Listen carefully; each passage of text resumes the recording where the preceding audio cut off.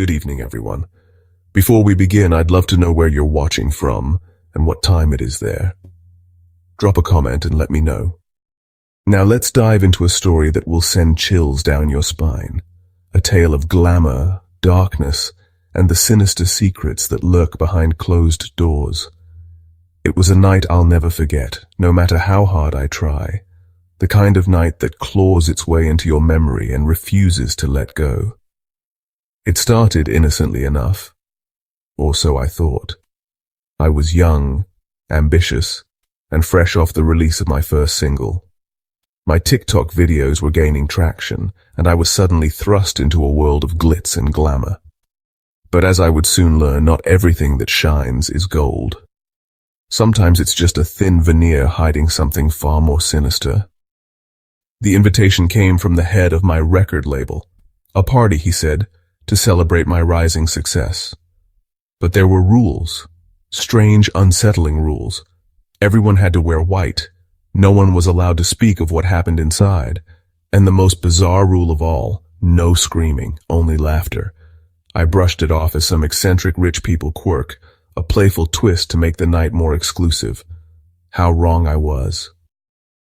The venue was a sprawling mansion, its long, dimly lit hallway leading to the main event.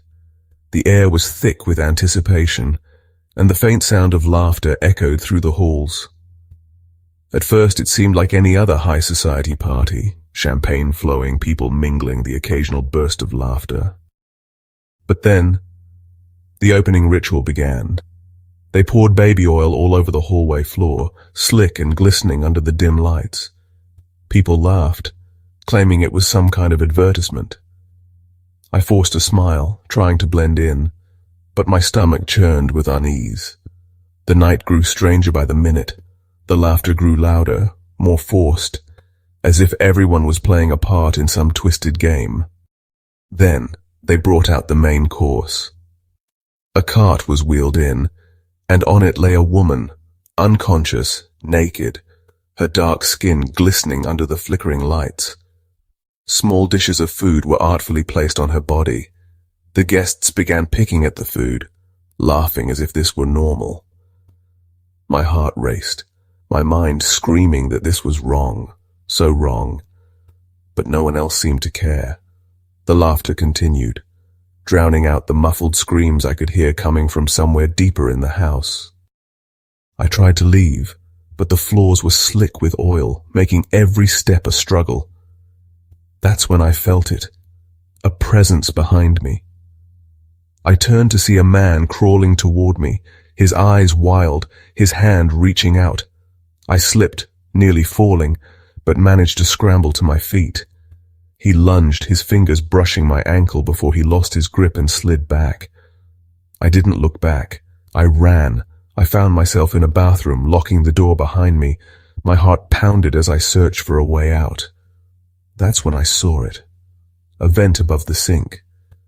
Without thinking, I climbed onto the counter and squeezed through, my body trembling with fear. The vent was tight, suffocating, but I forced myself through, emerging into a dark alley behind the mansion. But I wasn't safe yet. I heard banging on the bathroom door, the man's voice growling as he tried to break in. Desperation took over. I hid in a trash bin, the stench overwhelming, but I didn't care. I crouched there, my breath shallow, praying he wouldn't find me. The banging stopped, but the faint sound of laughter and music still drifted through the air, a haunting reminder of the nightmare I had escaped. When I finally climbed out, my white dress was torn and filthy, my body shaking with adrenaline. I ran, not stopping until I was far away from that cursed mansion. The next day, I ended my contract with the record label. I didn't care about the fallout or the rumors. Some things are more important than fame. That night still haunts me, a reminder that not everything that glitters is gold. But my story doesn't end there. A few months later, I noticed something strange about my little brother, Tommy. At 12 years old, he was obsessed with TikTok, spending hours glued to his phone. At first, I thought nothing of it. Just another kid caught up in the latest trends. But then I saw his messages. There was a conversation with someone named Benny. It started innocently enough, but as I scrolled, the messages grew darker, more manipulative. Benny was an older man, claiming to be a musician, luring Tommy with promises of fame and gifts. My blood ran cold when I read the final message. "Come over to my place. I'll show you things way cooler than anything you've seen on TikTok." Benny's house was in a quiet neighborhood, the kind of place where nothing ever seemed to happen. But as I approached, a sense of dread washed over me. The sky was overcast, the air heavy with the promise of rain. I rang the doorbell, and after a moment, the door creaked open. Benny was a thin, pale man with sunken cheeks and deep-set eyes that seemed to pierce through me. He was seated in a motorized wheelchair, a crooked smile on his face. His house was filled with high-tech equipment, cameras, computers, lights, all meticulously arranged. It was impressive, but there was something deeply unsettling about it. He invited me in, his smile never reaching his eyes. As he showed me around, his tone grew darker, more insidious. "You could have all this too," he said, his voice low. I played along, trying to keep my composure, but when he leaned in and whispered, "Maybe you could show me what you've got under that shirt," I snapped. I revealed who I was, Tommy's brother, and showed him the messages he had sent. His smile faltered, replaced by a look of cold anger. I left that house and went straight to the police, but without concrete evidence, they couldn't press charges. I shared my story, warning others to be vigilant, to protect their loved ones from predators like Benny. This is a true story, a chilling reminder of the dangers that lurk behind the screen. Stay safe, everyone, and remember, not everything that glitters is gold. When I first got the job as Damien Cross's bodyguard, it felt like I had won the lottery. Growing up dirt poor, I had always dreamed of a better life. Protecting one of the most powerful men in the music industry seemed like my ticket out of poverty. The pay was more than I'd ever dreamed of, enough to send money home to my family, and even save up for a future I thought was impossible. I didn't care what the job entailed. I was ready to do whatever it took. At first, everything seemed normal. Damien was a charismatic man, larger than life, with a magnetic presence that could command a room without saying a word. He treated me well, at least on the surface. He'd clap me on the back when I opened a door for him, flash that $1,000,000 smile and say, "You're one of the good ones, Vic." But then there were the moments that made my skin crawl. Damien had this habit. Whenever he got overly excited after a deal closed or when a song of his hit the top of the charts, he'd grab me. At first, it was just a hand on my shoulder or a slap on my back. Nothing too strange. But then it escalated. He started squeezing my shoulder too hard, patting my face, and eventually it got worse. One night he grabbed my ass, laughed, and said, "You've got to lighten up, Vic." This is how we celebrate in the business. I wanted to deck him right there, but I didn't. I needed the job too much. Over time, I convinced myself it was just part of the culture. Maybe this is what rich, eccentric people did. I swallowed my pride and pretended it didn't bother me. Damien's personal life was a circus, but not the kind anyone would envy. Yes, he had wealth, power, and fame, but his marriage was a storm barely contained within the walls of his sprawling mansion. From my post, I often heard the yelling, his voice booming like thunder, hers sharp and desperate, fighting to hold her ground. The arguments started over small things, but they always escalated into a torrent of accusations, insults, and threats. One night I was stationed in the hallway near their bedroom when the screaming began again. At first it was the usual, a clash of raised voices muffled by the thick walls. But then there was a crash. Something shattered. Glass, maybe.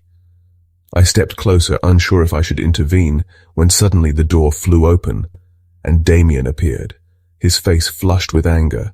"You!" he barked, pointing at me. "Get in here!" I hesitated.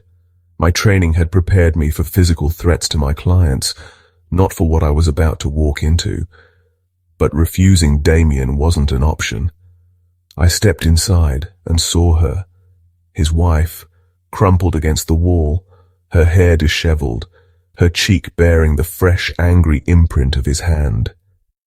She was trembling, her arms wrapped around herself as if trying to shield what little dignity she had left. Her eyes, wide and glistening with tears, met mine. They weren't just pleading. They were screaming silently for me to do something, anything. Damien didn't give me a choice. He crossed the room in 3 long strides, grabbed her by the wrist, and yanked her to her feet. She let out a gasp, a sound so raw and broken it made my stomach turn. "Hold her," he commanded, his voice cold and detached. I froze, the weight of the situation crashing down on me. "Sir!" "Hold her," he roared, his fury lashing out like a whip. My hands shook as I stepped forward. Her gaze locked onto mine again, her lips quivering as she mouthed the word, "Please." I grabbed her arms gently, almost as if apologizing with my touch. She flinched, but I held firm, keeping her in place as Damien began his tirade. "You think you can talk to me like that?" he spat, his face inches from hers. "After everything I've given you, after everything I've done for you." His words were venomous, but it was his actions that were truly monstrous. He slapped her again, harder this time, the sound echoing through the room like a gunshot.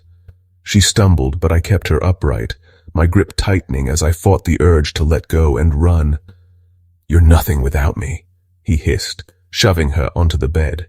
She landed with a cry, curling into herself as if trying to disappear. He loomed over her, his shadow swallowing her whole. "Get out," he said finally, his tone flat and emotionless.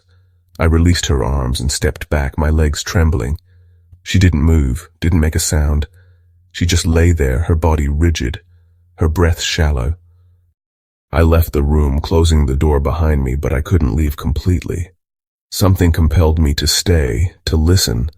From my spot just outside the door, I heard her soft sobs, heartbreaking, gut-wrenching, and then, to my disbelief, the sounds shifted. Laughter, low at first, then rising in pitch. The creak of the bed, the muffled gasps, the unmistakable rhythm of something I didn't want to imagine. I stood there frozen, unable to reconcile what I had just witnessed with what was happening now. How could she? But I stayed silent anyway. Damien's parties were another kind of madness. He owned a vineyard, and once a month he'd host these extravagant gatherings at his estate. Those parties weren't just gatherings. They were spectacles of debauchery that would make even the most jaded hedonists flinch. Every month, his estate transformed into a stage for depravity, where the powerful and privileged indulged in their darkest impulses without fear of consequence. The guest list was a roll call of Hollywood's elite, actors, musicians, producers, and socialites, all draped in luxury and veiled in secrecy. It started innocently enough. The grand dining hall glittered with chandeliers, the tables laden with fine wine from Damien's private vineyard, imported delicacies, and desserts sculpted into obscene shapes. Guests toasted to their success, whispered deals in corners, and exchanged flirtations under the guise of civility. But as the clock struck midnight, the atmosphere shifted, as if some unseen threshold had been crossed. By that hour, most of the guests were drunk, high, or teetering on the edge of both. Damien, ever the ringleader, would call for the festivities to begin. That's when the masks, both figurative and literal, would come off. Clothes were the first to go.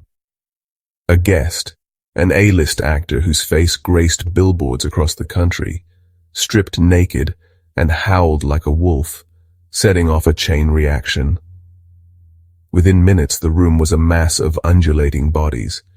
They moved like animals, chasing each other through the halls, laughing, screaming, some barking or growling. One woman, a pop star, crawled on all fours, her skin glistening with oil, as 2 men led her on a leash, cracking a whip every time she slowed down. The ballroom became a cacophony of chaos. Someone smashed a bottle of champagne against a marble pillar and licked the shards while blood trickled down their chin. A famous producer laughed maniacally as he dunked his face into a chocolate fountain. smearing it over his body before dragging another guest into the mess with him. It got worse. The bathrooms turned into dens of grotesque activity. I remember hauling a man out of one, unconscious, his body covered in scratches and bite marks. The floor was slick with a mix of water, wine, and who knows what else. The mirror above the sink was smeared with lipstick and something darker, more sinister, perhaps blood. In one corner of the mansion, a group had set up what could only be described as an arena. They threw raw meat onto the floor and laughed as two naked men wrestled for it, their faces smeared with grease and desperation. The winner was crowned with a garland of sausages before being hoisted onto a table where others feigned worship. Damien, as always, reveled in the spectacle. He walked through the chaos with a glass of wine in one hand and a lit cigar in the other, the faintest smirk on his lips. He didn't partake in the more grotesque activities. He didn't need to. He was the maestro, conducting an orchestra of madness. His mere presence was enough to push his guests further into their descent. And then there was the dessert. It always involved someone new, someone Damien had brought in specifically for the night. This time it was Elliot. The young singer stood awkwardly in the center of the room, terrified eyes making him look like a lamb surrounded by wolves. Elliot was striking, pale skin, golden hair, and eyes so bright they almost glowed. He looked out of place, nervous and out of his depth. I could tell he didn't belong in a place like this. One of Damien's regulars, a sleazy producer named Gerald, zeroed in on him like a predator. He slid up to Elliot, his hands immediately on the boy's arms, then his waist. "Relax," Gerald purred. I don't understand," Elliot stammered, pulling away. He turned to Damien, his voice trembling. "You told me this was going to be a sweet party. What is this?" Damien introduced him with a flourish. "Ladies and gentlemen," he said, raising his glass, "I give you the sweetest treat of the evening. A voice like honey, a body like silk, our very own white chocolate." The crowd roared with laughter, some clapping, others whistling. Elliot stammered something about leaving, but Damien ignored him. Instead, he grabbed a bottle of baby oil, popped the cap, and poured it over the boy's head. The first drops landed on Elliot's golden hair, sliding down in slow, viscous streams. His hair clung together in oily clumps, darkened by the slick coating. The baby oil spread quickly, drenching his neck, shoulders, and chest. It gleamed under the chandelier's bright light, casting an almost ethereal glow on his trembling figure. Elliot flinched, raising his hands to shield himself, but it was no use. Damien poured relentlessly, tilting the bottle until it was empty, leaving Elliot glistening and sticky, the oil pooling at his feet. But it didn't stop there. One by one, the others pulled out their own bottles of baby oil, as if on cue. The seals popped with an unnerving synchronicity, the faint clicks drowned out by the cacophony of drunken cheers. Elliot's wide, terrified eyes darted from one face to another, pleading silently for mercy. The first splash hit his back, followed by another on his arms. The cold, viscous liquid clung to his skin, drenching his clothes, which now clung to him like a second, slimy skin. His shirt turned translucent, sticking to his torso, and revealing the outline of his ribs, his chest rising and falling rapidly with panicked breaths. Elliot's hands trembled as he wiped at his face, smearing the oil further into his skin. It seeped into his eyelashes, making his blinking frantic and his vision blurry. He stumbled, nearly slipping on the now slick floor, his arms flailing in a desperate attempt to keep his balance. "Look at him!" someone shouted, their voice thick with mockery. "Our little dessert is all ready to serve." The crowd howled with laughter, their voices overlapping in a chaotic symphony of depravity. The room smelled overwhelmingly of baby oil now, a cloying, sterile scent that only added to the grotesque absurdity of the scene. Elliot looked utterly helpless. His youthful face, so soft and unblemished, was now streaked with tears mixing with the oil. His expression, A heart-wrenching portrait of humiliation and fear, was almost too much to bear. His slender frame, glistening and drenched, seemed almost delicate compared to the aging, debauched figures surrounding him. The contrast was staggering. Elliot, youthful and angelic, stood out like a beacon of innocence in the midst of the grotesque spectacle. The others, older, bloated and leering, were grotesque caricatures of indulgence. Their laughter was sharp and cruel, their movements exaggerated and unhinged as they circled him like predators. Elliot's wide, teary eyes searched the room desperately. They landed on me, standing by the door, my hand still gripping the handle. His gaze pierced through me, a silent plea for salvation, but I didn't move.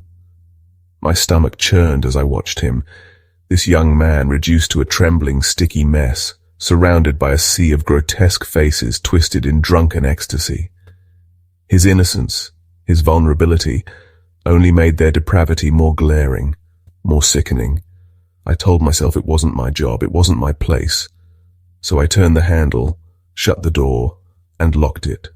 The muffled sound of his screams followed me as I stepped away, each one sharper and more desperate than the last. I clenched my fists, my nails digging into my palms, trying to ignore the bile rising in my throat. Inside, the party continued, and outside I stood guard, silent and complicit. Years later, I left that world behind. I saved enough money to buy a little bakery back in my hometown, where life was simple and quiet. But the ghosts of those years never left me. One day, as I was icing a cake, I glanced at the television in the corner of the shop. There he was, Elliot. His face was plastered across every screen, his name in bright lights. He'd made it. He was a star. I stared at the TV, the frosting bag slipping from my hand. For a moment I thought I saw the same look in his eyes, the same fear I'd seen that night. But maybe I was imagining it. I turned off the TV and went back to work. Some things are better left buried. My name is Javi, and for over a year I've been a moderator for Tad's live streams. Tad isn't just any streamer. He's a sensation, a digital god with over 2 million followers. His energy, his charm, his ability to make you feel like you're the only person in the room, even through a screen, is what made him a star. But recently, Tad announced something that would change everything, a non-stop live stream challenge. The idea was simple yet insane. Stream continuously for several days, allowing viewers to see everything, playing games, eating, even sleeping. The first day started off smoothly. Tad was full of life, engaging with his audience, joking and playing a variety of games. He even set up a stopwatch to track how long he'd been streaming. As I watched the chat fill with excitement and comments, I felt proud to be part of his team. But as the hours passed, I could see Tad's energy waning. 9 hours in, he decided to take a short nap on the couch in his streaming room, leaving the live stream running. I thought this was a good idea. Everyone needed a break, right? However, something felt off to me as I settled in to keep an eye on things. When Tad finally woke up, I immediately noticed a shift in his demeanor. He looked different, confused, wandering around the room with an unsettling blank stare. I tried to brush it off at first, thinking maybe he was just groggy. But as I continued to watch, the unease settled deeper within me. I exchanged worried glances with Lena, another moderator who was watching closely. Tad's behavior took a bizarre turn. He began muttering random words, gibberish that made no sense. At one point he picked up a can of beans, attempted to place it on his desk, but dropped it instead. His odd smile directed at the camera sent chills down my spine. This wasn't the Tad we all knew and loved. This was something else entirely. Tad continued to pace the room, his strange comments becoming more nonsensical. "Popcorn dining," he muttered, and I felt a growing sense of dread. The audience was starting to notice too, flooding the chat with questions and concern. Was this a prank? Was he okay? But I could see it in his eyes. Something was wrong. Then it happened. Tad returned to the camera holding a small knife. My heart raced as he smiled while brandishing it, and I felt a knot tighten in my stomach. Lena shouted at me to do something, but I was frozen in disbelief, unable to process what was unfolding before me. I couldn't tell if this was part of some twisted joke or if he was genuinely in danger. As he moved closer to the camera, my worst fears were realized. He tripped over the can of beans, falling forward. Time seemed to slow down as the knife plunged into his neck. I could hardly breathe as blood sprayed from the wound, and he collapsed on camera. For those brief seconds, his eyes conveyed a look of sheer terror, as if he realized what had just happened. My heart sank into my stomach as I watched him lose consciousness. Lena screamed at me again, demanding I call for help. Panic erupted in the chat as viewers urged someone to take action to call an ambulance. But we were all paralyzed by shock, grappling with the horror of the situation. I couldn't comprehend what had just unfolded. My mind was racing, trying to piece it all together. The live stream continued for nearly 13 hours before it finally ended, leaving a wave of horror in its wake. News outlets quickly picked up the story, broadcasting Tad's tragic accident to the world. Days later, it was revealed that he had been a sleepwalker. The realization hit me hard. Perhaps he had been sleepwalking when the accident occurred, completely unaware of his actions. I was consumed by guilt, haunted by the thought that I could have done something, anything, to prevent this tragedy. I remembered a comment Tad had made earlier, something about needing to warn us about his condition. But he never had the chance to elaborate, and now it was too late. I felt like I had failed him. But my story doesn't end there. A few months later, I noticed something strange about my little brother, Tommy. At 12 years old, he was obsessed with TikTok, spending hours glued to his phone. At first, I thought nothing of it, just another kid caught up in the latest trends. But then I saw his messages. There was a conversation with someone named Benny. It started innocently enough, but as I scrolled, the messages grew darker, more manipulative. Benny was an older man, claiming to be a musician, luring Tommy with promises of fame and gifts. My blood ran cold when I read the final message. "Come over to my place. I'll show you things way cooler than anything you've seen on TikTok." Benny's house was in a quiet neighborhood, the kind of place where nothing ever seemed to happen. But as I approached, a sense of dread washed over me. The sky was overcast, the air heavy with the promise of rain.